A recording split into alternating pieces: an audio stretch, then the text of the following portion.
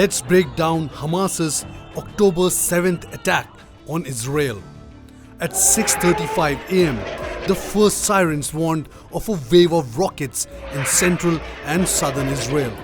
Thousands of rockets streaked in the skies towards central Israel, striking major cities like Tel Aviv and Jerusalem. 7:40 am, over 1,000 Hamas fighters began crossing Gaza into southern Israel. Israeli authorities asked residents of these towns, including Sderot, to hide in their homes.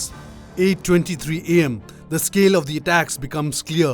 Hamas has launched attacks on 22 locations inside Israel and taken hostages in several places. Over 900 Israelis and several foreign nationals are killed. 10:46 am, Israeli fighter jets strike the first targets in Gaza. 11:35 am, Prime Minister Benjamin Netanyahu tells Israelis that they are at war, the first formal declaration of war since 1973. This invasion from sea, air and land would have taken months of planning. Hamas would have to gather funds, cadres would have to move around, mobilize and train.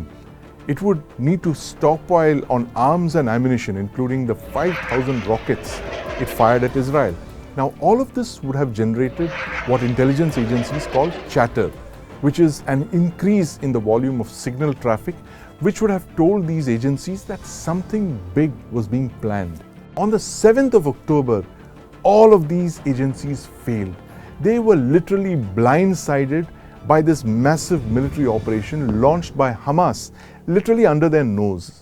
But clearly here, Hamas kept very, very tight compartmentalization, as you said, operational secrecy, and managed to keep this out of the eyes and ears of Israeli intelligence and Western intelligence, probably even Egyptian intelligence, down to the last minute. But it's not only the biggest intelligence failure for Israel in the last 70 years, it's also the biggest casualties that they have faced. Israel's failures to anticipate what their enemy is planning have been many. In 1967, Israel defeated 3 of their enemies, Egypt, Jordan and Syria, in just 6 days. However, in 1973, they completely failed to read the ground invasion launched by the Egyptian and Syrian armies, despite the fact that its enemies were mobilizing in broad daylight. In 1982, the Israeli military entered Lebanon, thinking that they would be welcomed with open arms by the locals, but that was another costly intelligence blunder. But this one, 50 years after the 1973 Yom Kippur War, one of the most spectacular intelligence failures of the Israeli intelligence agencies, continues to haunt them. I have several reasons on what exactly went wrong. First, to begin with, the problem is the Justice Minister of Israel and of course several other ministers who actually wanted judicial control. So for months together, we've seen protests against the Netanyahu government which wanted judicial control. And people wanted judicial reforms, but they do not want the independence of judiciary to be compromised and taken away solely by the government of Benjamin Netanyahu. So the entire process of the security agencies, the security forces and the national security apparatus was diverted towards this internal political dispute, protests every Saturday evening taking place in Israel, which compromised the national security to a great extent. The question is, did the Israeli agencies have all of the information in a way that would allow them to put it together to a specified date and time?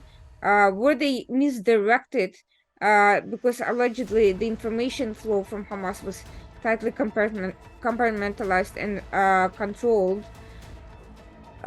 Was it an issue of complacency that these threats were received but either dismissed and ignored or not analyzed correctly? Was it an issue of internal sabotage, that the response was also inappropriate to the occasion, and was there a counterintelligence failure from Israeli sources assisting Hamas? All of these things are yet to be determined. Now we see not just Hamas rockets entering southern Israel, we don't only see thousands of Hamas terrorists with their supporters entering Israeli territory, but now we see rocket attacks perhaps from Hezbollah as well in northern Israel. So the massive challenge in front of Israel would be to fight this two-front war.